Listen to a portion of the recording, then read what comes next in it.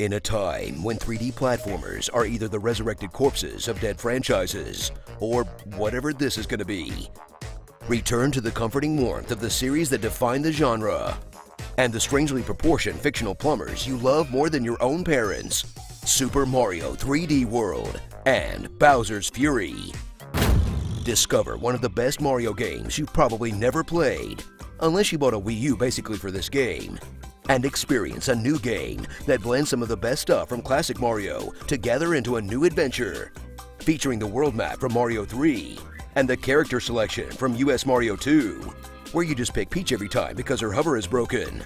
with some fun touch gimmicks from Galaxy, and a handful of new ideas like the overpowered cat suit or the double cherries, which open up brand new fanfiction opportunities such as Mario having a foursome with himself, and just the right amount of Captain Toad levels, which it turns out is not a whole game, whose only real downside is that they went isometric and took away most of the camera control, making it feel like you're playing a shoebox diorama of Mario, and screwing up your depth perception even more than these games normally do.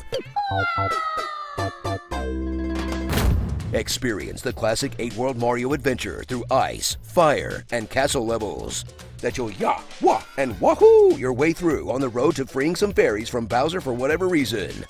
while collecting stars and stamps that range from laughably easy to ass-clenchingly difficult as you play either casually by yourself or in a chaotic mad dash with your friends, where the main challenge is figuring out what the f*** is happening until you finally dethrone the terrible turtle and unlock the bonus levels, where the fun time romp of the first 8 worlds turns into a brutal crucible that will test your patience as much as your Mario skills in a crushing 4-world gauntlet of brutality.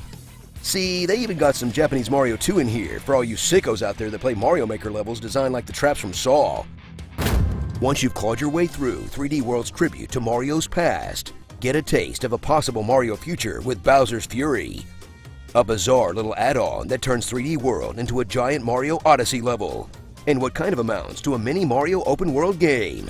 where Mario is sucked into a strange cat-centric pocket dimension, where he teams up with everyone's favorite Mario character, Bowser Jr.,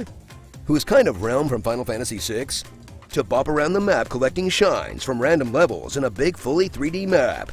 until Shadow Bowser wakes up and decides to roast your ass in the middle of one of them, and you have to dodge giant fire blasts and falling rocks along with the usual level hazards,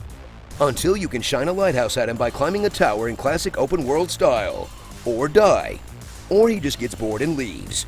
Except for like the last half hour or so, where he's constantly farther up your ass than a colonoscopy, in a bite-sized chunk of Mario that kind of just makes you wish it were a full game, but is still a pretty cool thing, since they definitely could have just sold a Super Mario 3D World again, and you know we would have all bought it anyway. Simping for Mario is acceptable nowadays, but know that we should still be ashamed. So put on that cat suit, and get ready to lay some pipe in another hit of video game's least explicable cultural touchstone, just in time to make you dust off your Switch for the first time in months, cause the rest of the year on Nintendo's console is looking pretty grim right now. Starring Meowrio, Super Useless 3D, O-Peach. Okay, but Toad has definitely had a double cherry foursome. Navidians, Messy, and what happens to a mutant turtle when it's not properly trained in the ninja arts. Super Mario, We Resold, and Bowser's a Furry. You know, someday I hope we have a Mario game of all genres. I would love to see Mario punching a tree and dying of starvation, personally.